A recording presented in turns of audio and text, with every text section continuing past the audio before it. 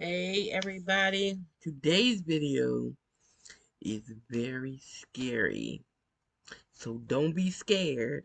I'm just telling y'all, all signs point to a depression is coming. Not a recession like in 2008. This is a depression, which is like 1929. Okay? So, we're gonna look and we're gonna read. Because a lot of people wasn't born back in 1929. They don't know exactly what happened in 1929. They just know the market crashed.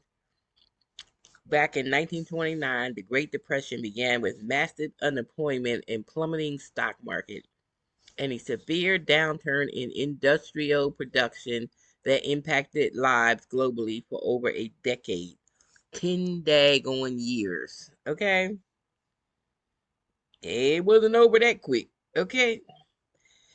Now, if you listen to the talking heads on mainstream media, they say that this ideal of modern day depression is absolutely crazy. They'll say we have the strongest economy in the world. Our dollar is the world's reserve currency, and we have a powerful Federal Reserve which would prevent such things from happening again. But is that confidence misplaced? In this blog post, I will break down with 9 warnings indicators you can't ignore on why the ideal of heading into a new Great Depression isn't as far-fetched as it sounds. Okay, it's not. So we're going to go over these 9 things, right? The first warning sign, the silent recession. Okay, people getting fired. You see that? Grocery prices so high, people can't afford food. Rent is high. Everything is high. But the bubble hasn't busted yet. Is at the edge, is getting ready to bust. Okay, so let's talk about something a bit unspoken that's going on in our economy. It's what some refer to as the silent recession. Now, this isn't the kind of downturn that makes headlines with dramatic stock crashes or massive layoffs hitting everyone at once. No, this one's a bit more under the radar, but for many folks, it's painfully real. You see, while the overall economy might seem okay on the surface, there's a growing divide that's hard to ignore. One on one side, we got folks who are really feeling the pinch. Middle class, yep. Poor people, yep. I'm talking about people dealing with job losses, skyrocketing living costs, and diving deep into debt. It's especially rough for those in sectors like tech, where layoffs are becoming quite common, or on trucking and housing related industries where the struggle is just as real. Then on the flip side, there's other crowd, let's call them haves. These folks are riding high with increasing salaries, steady stock market gains, and benefiting from ever increasing real estate prices. So it's always the haves and the have nots. I always say that, right? It's like they're living in a different world. This split in creating a tale of two classes, and it's not just economic divide, it's a reality for many. It's like some of us are stuck in a recession that nobody's talking about, while others are living as if everything is fine, surrounded by abundance and prosperity. Okay? Warning number 2, inflation. We do have that. I think there's a huge disconnect between the economic indicators reported by the media and what's actually happening in the real world. Allow me to explain. When the media reports about inflation, typically they report on the headline CPI, which is the core CPI. This includes food and energy. It's currently running at about 4%. But if you add back food and energy, according to the Bureau of Labor Statistics, it goes up moderately. Let's be real though. Do you believe those numbers? Personally, I have my doubts. Anyone going to the grocery store knows prices had gone way up at least 20 to 25% in the past year or so. In this homeowner association I work with, they received painting proposals which was 70% more than the previous year. Insurance rates have also shot up considerably, along with many other things like rent and housing costs. I can go on and on. These high prices are hitting everyday consumers hard. Warning number 3. Layoffs. What we having right now, a whole bunch of layoffs. The government's laying off, and that's going to trickle down to the private sector. I think every one government employee get fired, going to be 10 private sector is getting fired. Okay, let's talk about layoffs or unemployment. The Bureau of Labor Statistics tells us that the unemployment rate is 3.8%, which is on the surface is fantastic number. It means that out of every 100 people who are unemployed or who are employed and want to work, approximately 4 can't find work. Okay. I don't know about you, but I think this number is very optimistic. Major companies are laying off employees left and right, according to many reports. You have Tesla laying off 10% of its workforce. Google just announced more layoffs and plans to relocate jobs overseas, and many other tech companies are doing the same thing. In the housing sector, real estate agents, bank more brokers, and others tied to the industry are facing serious hardships. The trucking industry, which is often used as a barometer for the economy, has been struggling for several years as well. I understand that each sector has its unique issues, but overall, I'm struggling to reconcile the realities I am seeing with my own eyes with the positive economic news about the GDP growth, employment, and strong industrial production that we keep hearing about on the news. I said the same thing. I was looking for a remote job, and usually when I look for a remote job, I get a remote job like customer service stuff. I've been looking for a remote job for at least 8, 9 months, and I ain't got a hit. I probably put in over 30 applications and haven't got one hit. And I used to put them in, and I get a hit right away. I have because I've been doing this since 2006. So before people was working at home. So I can't even get nothing. And I got experience, okay? And I done put in like 30 applications. Child, ain't no jobs out there. They lying about the jobs. I always knew they were lying about the jobs. Warning indicator number 4, ballooning government debt. Oh yeah, our government debt is off the chain. Look at that. That's the national debt right there. It's crazy. Okay? It is off the chain compared to what China's is, Japan's, Germany's, UK. Look at ours. Ridiculous. Because they just printing money. And it's going to bust. That balloon is going to bust. Okay? You can't just print money. America is now facing a staggering $34 trillion in federal debt. Right now, the U.S. national debt is increasing by about $1 trillion every 100 days. Can you imagine that? $1 trillion every 100 days? That's roughly 3.6 trillion per year. And that's just the interest payments. That's such an obscene and unheard of amount. It seems like there's no way our government can dig their way out of this huge debt hole. Our government is spending deficit spending by millions and billions of dollars. They've been spending and printing money at an unsustainable rate. They're giving money and support of foreign affairs and foreign wars that, in my opinion, we have no business being involved with. We got our own problems at home and need taken care of.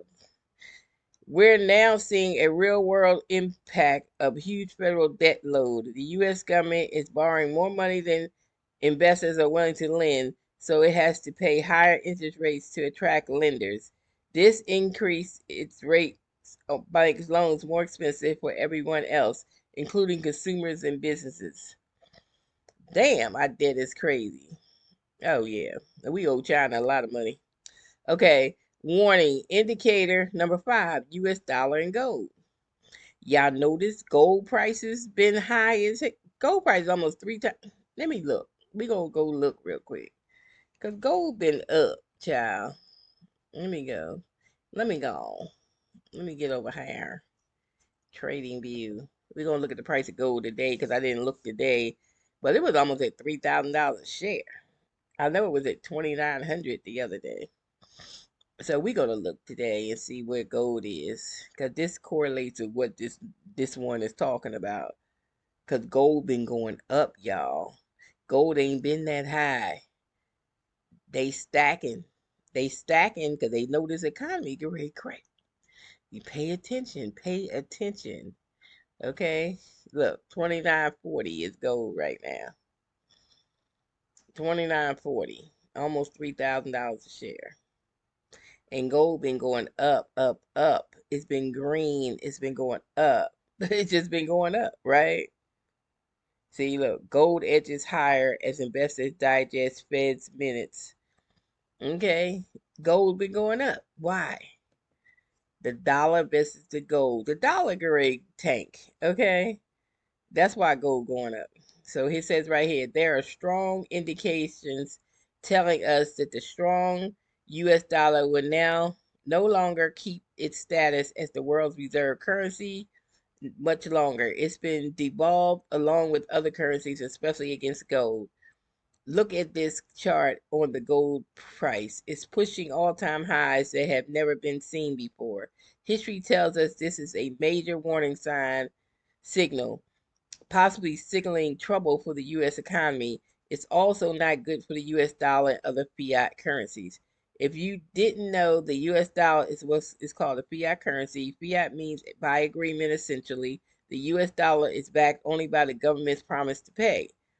Since the 1970s, the U.S. dollar has enjoyed its status as the world's main reserve currency, giving the U.S. a big advantage in the global markets. But times are changing. Yes, they are. And we ain't ready for it. More countries are looking to step away from the dollar, BRICS. We're seeing a gold rush among nations like China and foreign central banks, which suggests they might be gearing up for the future where the dollar is no longer the dominant currency. If that happened, child, we're going to be in the soup line. Overall, while the dollar still holds a lot of power, its future as a top global currency isn't as clear cut as it once was. Other countries are increasingly looking for options and possibly turning to gold as a safe alternative. If you didn't know, gold is historically considered a form of sound money. That's why gold's going up, y'all. The price of gold's going up. Y'all better get y'all some gold necklaces. No, I'm just playing. Warning indicator number 6, high stock valuation. Okay, number 6. We hitting all the warnings right now. High stock valuation. Right now, stock prices are sky high, kind of like they were back in the 1920s, just before the big crash. It's great to see your investment grow, but these high numbers can be a bit worrisome. Why? Because last time stocks were this high, it preceded the 1929 crash and kicked off the Great Depression. Let's paint a picture here. What if all of a sudden your stock portfolio was worth half of what it is today? That could change a lot of things, right? Maybe that vacation you were planning because of a staycation, or you becomes a staycation because you can't start thinking twice about big purchases, or even scaling back on plans like college for your kids, maybe even delaying retirement. I've been through a few market crashes myself, and trust me, they're not fun. Your account can vanish right before your eyes, and you feel like you're dying. One thing I picked up along the way is to avoid trading on margin. It's tempting to borrow to boost your buying power, but if things go south, your losses can be massive. And that's what people do. They borrow money to trade with. hmm Keep an eye on sky high stock prices and stay alert. You can't stop a crash from happening, but we can definitely be prepared. Okay. Warning indicator number 7, real estate bubble. We hitting all these warnings, child. Same things happened in 1929 before the crash.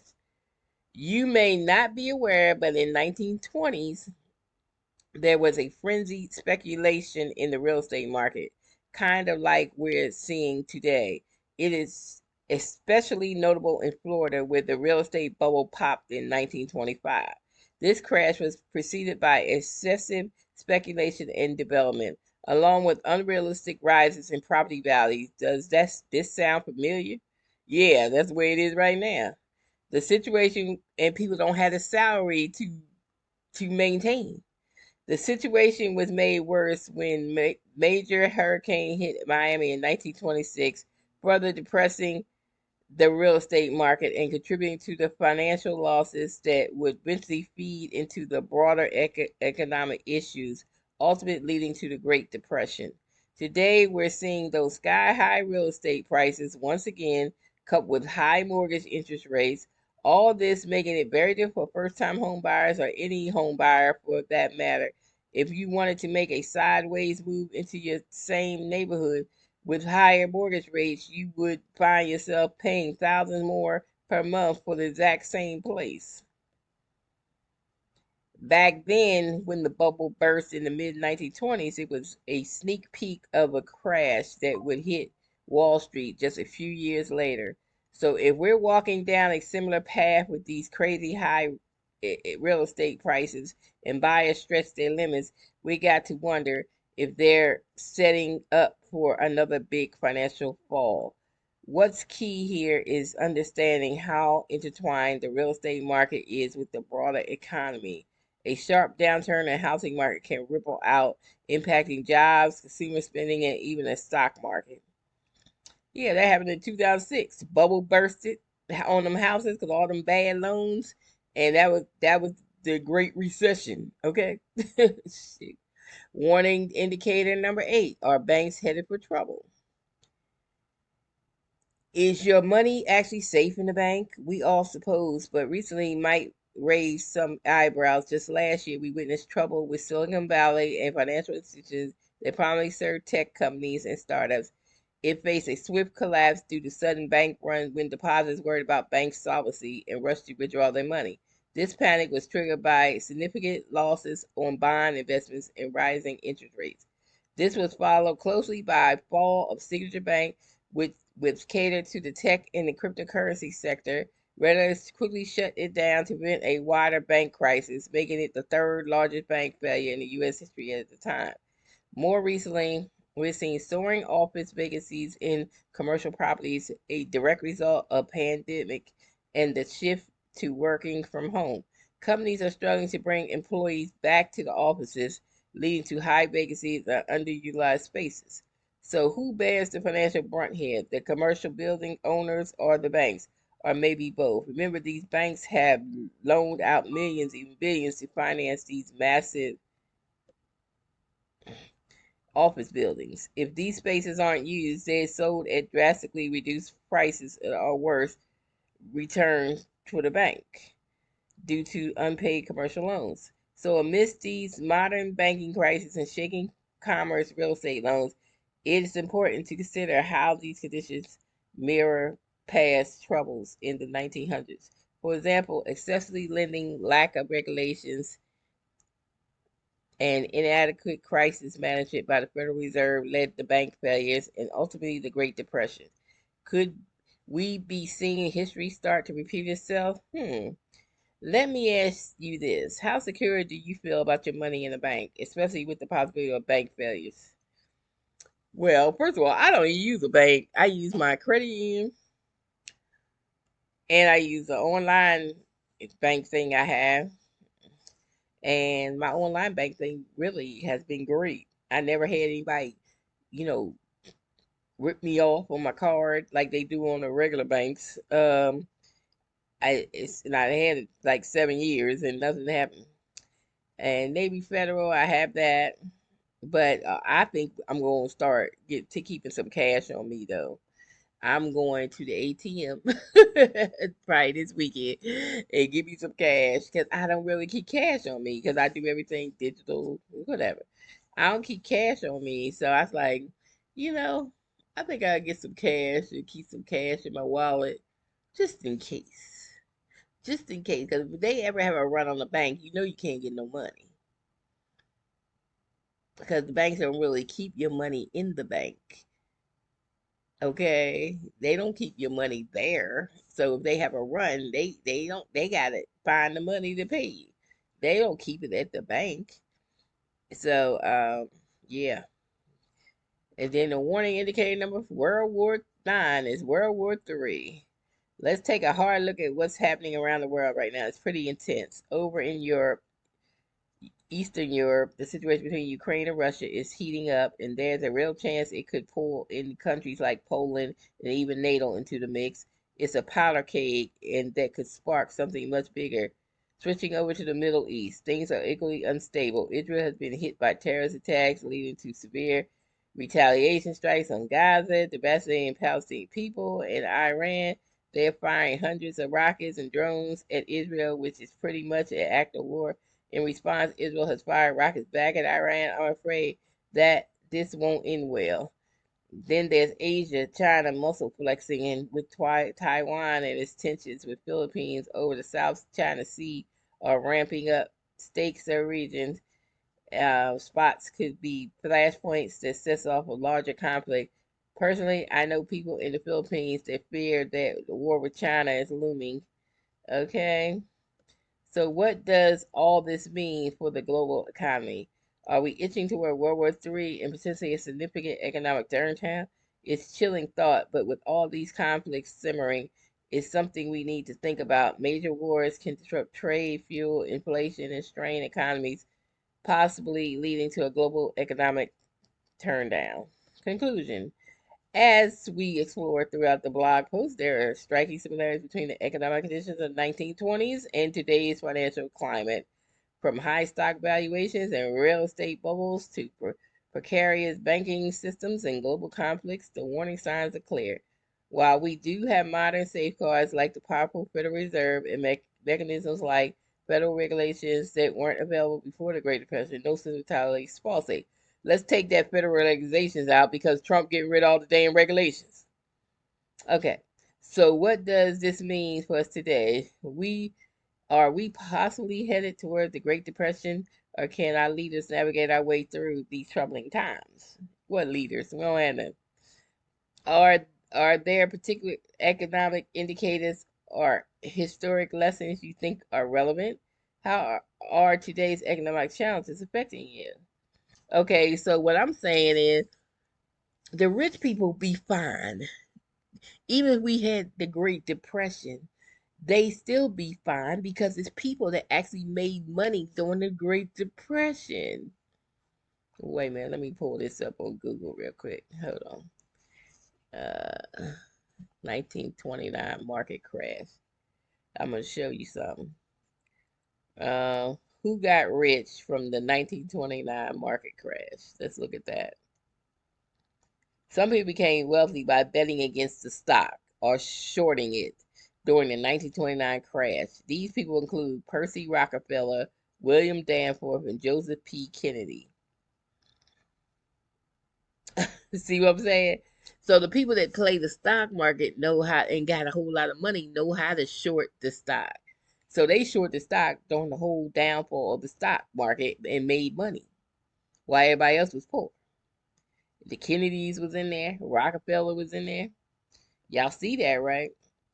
Y'all see what's gonna happen. This time it's gonna be the Trumps are in there, the Musk are in there, all the rich people are gonna be in there. They ain't thinking about you if it crash. You not at all. Yeah. During the 1920s, stock market was booming and investors could buy stocks on margin. This meant that investors only need to put down a small amount of cash while borrowing the rest from the brokerage firm. They doing that now. Okay, keep it up. Okay.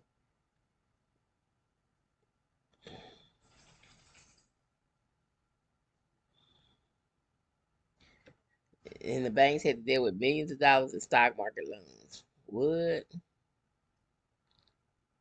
How much money was lost on the stock market crash?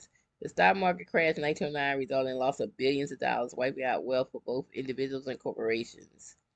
September the 1st to November 30th, 1929, the stock market lost more than half its value, dropping from 64 billion to 30 billion.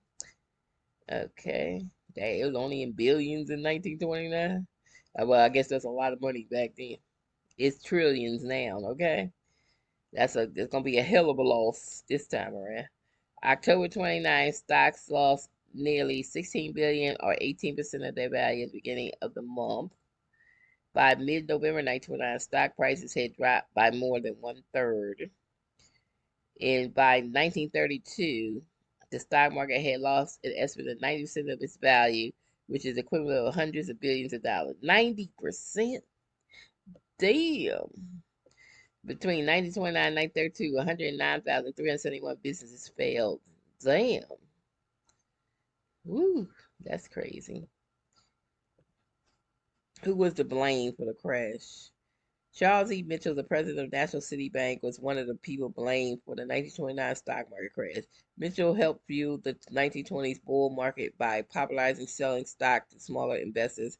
However, the crash exposed the market's shaky foundation.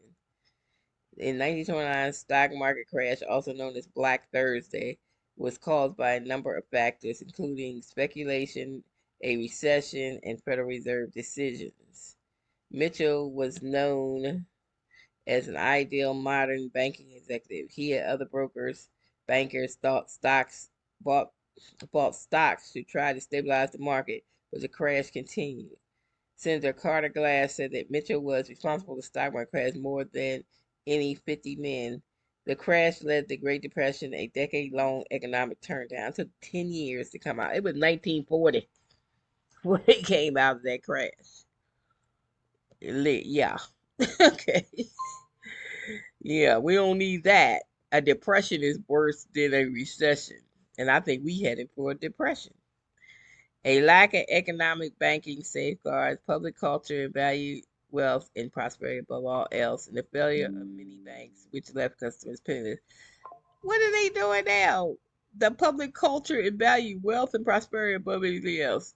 Trump, Elon, wealth and prosperity over anybody else. Wow. Ain't my laptop plugged in?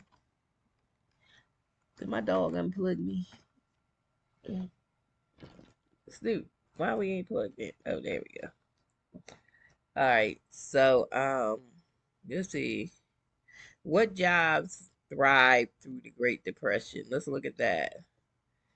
So we know what jobs to get. During the Great Depression, jobs in food, healthcare, and entertainment was relatively resilient. The food industry thrived during the Great Depression. The invention of Snickers, Tootsie Pop, and Mars bars occurred during the Great Depression. What? Okay. That's when they made Snickers. I love a Snicker. Jobs in healthcare, such as registered nurses, physician assistants, and dentists, were relatively secure. Medical professionals are essential and can find jobs with a variety of education and experience levels. The movie industry boomed during the Great Depression. The alcohol industry also did well after the 21st Amendment made it legal to produce and sell alcohol again in 1933. Accounting jobs were in demand during the Great Depression because people wanted to account for every dollar. The federal government created jobs through Civilian Conservative Corp, the Civil Works Administration, and the Public Works Administration. Oh, the federal government saved the day. Y'all want to get rid of y'all in the chats talking about oh federal workers need to get fired. They don't do nothing for it. Okay. Y'all remember that in March when he shuts down the whole government. Okay. How did it take how long did it take for the stock market to recover from the 1929 crash? The stock market crash in 1929 took a decade to recover, with the Dow Jones Industry Average not returning to its pre-crash value until 1954. Oh my God. Should I be gone if it take that long and we have a crash too? Mm-hmm. The crash in 1929 lasted until 1932, resulting in Great Depression. The Dow Jones lost nearly 90% of its value. The Dow Jones began to recover in 1933 with the largest percentage increase occurring in early and mid 30s. In 1937, the stock market dipped sharply, but prices held well above the 1932 lows. The Dow Jones didn't return to its pre-crash value until November 23rd, 1954. Damn, that was still way before I was born. Okay. A depression is worse than a recession, y'all. What was the best investments during the Great Depression? Obviously, stocks did horribly during the Great Depression, but bonds did well. Interest rates and bond prices are two ends of a seesaw. With the bond yields are rising, usually from investors interested in higher inflation, bond prices go down and vice versa. Okay. What ended the Great Depression? World War II ended the Great Depression by increasing demand for goods and war materials, which created jobs in the defense industry. Oh, the government created jobs. The government, y'all keep putting in chats, oh, get rid of the government workers. They ain't doing nothing. They get paid too much. Why they got a job for 20 years? I've been reading that stuff. Knuckle poops. The United States turned its attention to World War II, which had arisen as a part of the Civil Great Depression. So,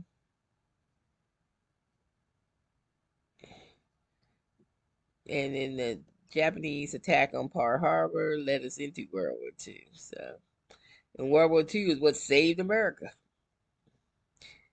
Yep, it created jobs and stuff, and that's what saved America. Yep. So y'all better get up on y'all history. And guess who started the Great Depression? The white man. This is why we need diversity in the Congress, in the Republican, in the Senates and stuff. Because without diversity, you have one group of people that's going to go the same way, the wrong way, like we doing now. This was all white men. This was 1929, so you know it wasn't no black people, wasn't no Puerto Rican people, wasn't no Mexicans. White people did this to this country in 1929. The same thing as white people doing this to this country in 2025. We supposed to be moving forward. We supposed to be futuristic right now. We supposed to have a better society right now. It's 2025, and they trying to take us back. Yeah, we make us great again means take us back to 1929. That's what they trying to take us back to. Yeah. So we gonna be there. Don't worry. Y'all wishes y'all command because y'all on y'all way because everything on that list we can already hit. So y'all take it with a grain of salt, whatever. But the truth shall set you free.